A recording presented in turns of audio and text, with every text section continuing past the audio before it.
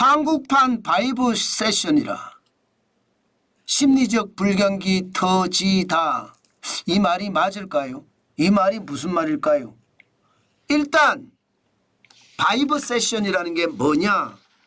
바이브 세션이라는 것은 여러분 쉽게 말하면 바이브라는 단어가 뭐 분위기, 느낌 이런 단어잖아요.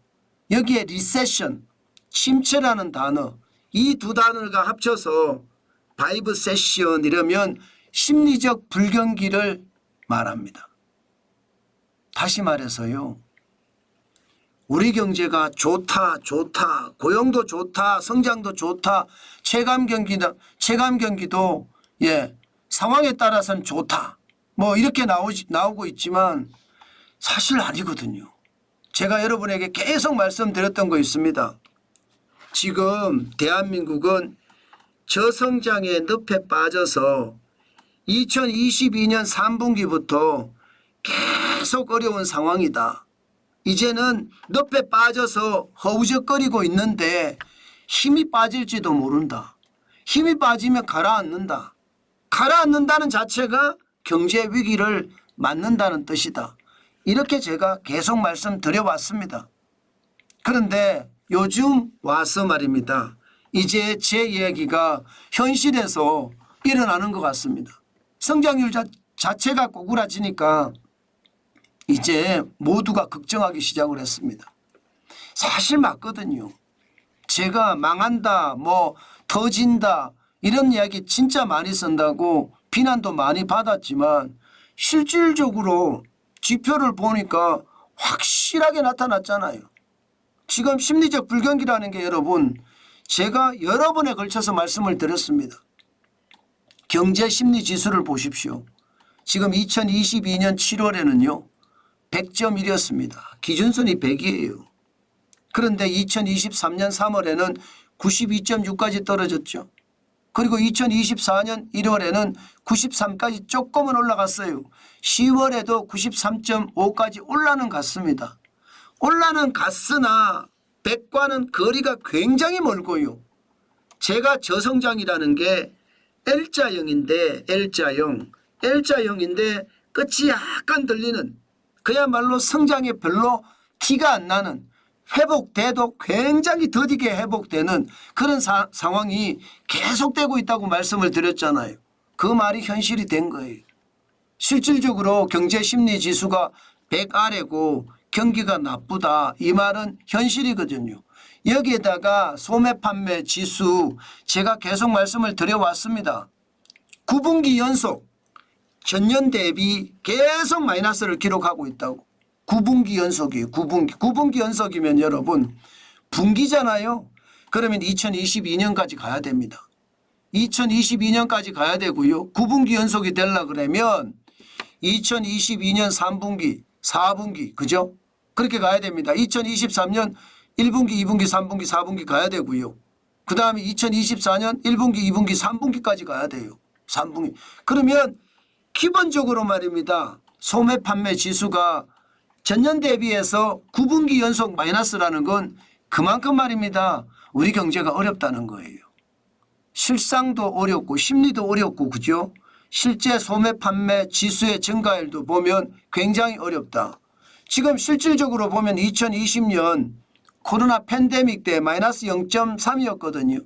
그런데 그때보다 지금 2024년 상반기에 마이너스 2.4%까지 떨어졌으니까 충격적인 숫자죠.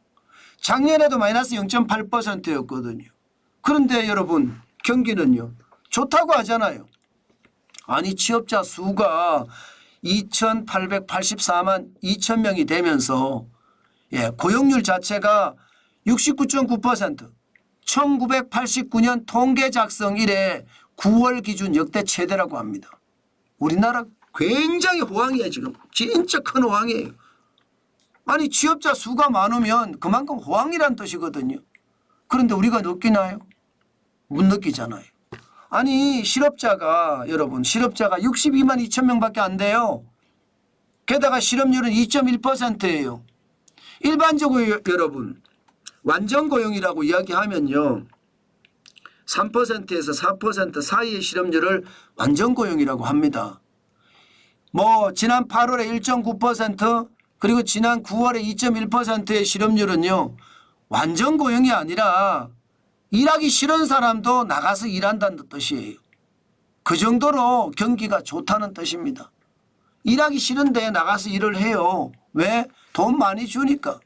그래서 일을 한다는 뜻이에요. 그 정도로 말입니다. 경제가 좋다는 거 아니에요. 그런데 실상은요. 안 좋잖아요. 이를 두고 바이브 세션이라고 합니다. 바이브라는 분위기, 느낌이라는 단어와 리세션, 침체라는 단어가 합쳐져서 심리적 불경기라는 표현을 씁니다. 그만큼 충격적이라는 뜻입니다. 사실 여러분도 알다시피 이 취업자 수에는요. 가짜 일자리가 너무 많잖아요. 저는 이게 윤석열 정부가 참 잘못하는 거라고 생각을 해요. 노인 알바를 계속해서 통계에 넣으니까 아니 취업자는 좋아. 경제는 잘 돌아가는 것 같아. 아니잖아요. 가짜 경제잖아요. 실업률도 마찬가지입니다. 그들을 전부 다 쉬었음 인구로 내보내든가 아니면 취업자들도 한 달에 뭐 27만 원 30만 원 받는 노인 알바 이걸 갖다가 전부 취업자로 넣으니까 실업자는 적지요. 그러니 미치는 거죠.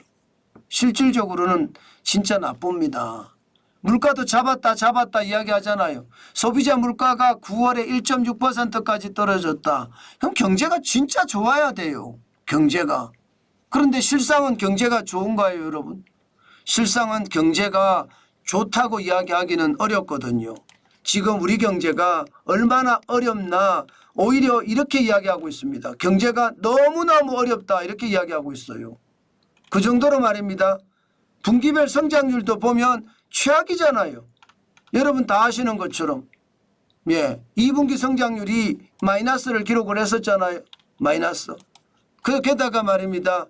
3분기 성장률도 플러스긴 한데 0.1%예요.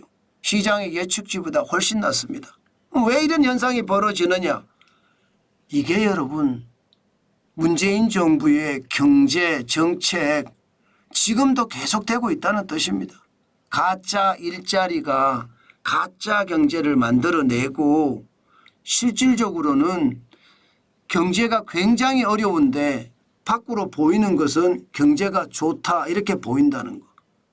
실질적으로 월 평균 실질임금을 보면 2022년 마이너스 0.2%, 2023년 마이너스 1.1%예요. 게다가 2024년에도 6월까지 마이너스 0.4%. 근로자들의 1인당 연간 월 평균 실질임금이 3년 연속 줄어들 수도 있습니다. 실질임금이 줄어든다는 건 여러분 알다시피 우리 경제가 나쁘다는 거거든요. 물가는 많이 올라간다는 뜻이고요. 그러니 경제가 좀 좋은 지표들이 많이 나와서 실질적으로도 좋아야 되는데 실상은 굉장히 어렵다. 실질임금이 굉장히 떨어지니까 실상은 굉장히 어렵다잖아요. 그런데 밖으로 보이는 것은 좋다. 소비자 물가도 1.6% 떨어졌고 실업률도 역대 최저니까 게다가 취업자 수는요 지금 가장 많고요. 고용률은 69.9% 통계 작성 이래 가장 좋다고 이야기하니까 이거야말로 최악이죠. 최악. 극과 속이 다른 완전한 가짜 경제의 전형적인 모습이죠. 문재인 정부 때 이랬거든요. 지금도 똑같아요. 바뀐 게 없습니다. 그래서 심리적 이 불경기가 더 오래 갈 가능성도 있어요. 이제 사람들이 정부를 신뢰 안 하기 시작했습니다. 그게 문제예요. 문재인 정부 때도 정부를 신뢰 안 했거든요. 정부 정책을 신뢰하지 않았습니다. 이것은 여러분 정책을 신뢰하지 않는다는 것은 정부가 어떤 발표를 하더라도 이제 돈을 안 쓴다는 얘기예요. 네, 불안하니까. 뭐가 저래 현실에서는 완전히 이게 괴리된 정책만 나오네 이렇게 생각하면 안 쓴다는 거예요. 아마 우리 경제가 그래서 더 어려워지지 않을까 저는 오늘도 그런 생각을 해봅니다. 이게 여러분 진짜 경제가 돼야 되거든요. 문재인 정부 때 가짜 경제가 지금도 가짜 경제가 되고 있다는 것. 이것은 어쩌면 우리 경제가 불행하다. 저는 그렇게 규정 지을 수 있을 것 같습니다. 참 안타깝죠. 그러나 이게 야당이 공룡 야당이 되다 보니까 여당도 힘도 없고요. 또 국정을 운영하는 정부도 힘이 없어요. 그러다 보니까 식물정부 그 모습 그 자체입니다. 그러니 경제가 잘 될 수가 없겠죠. 참 안타깝다 생각 오늘도 해봅니다. 아무리 두드려도 문이 열리지 않는 철벽 같습니다. 그래서 더 안타깝습니다.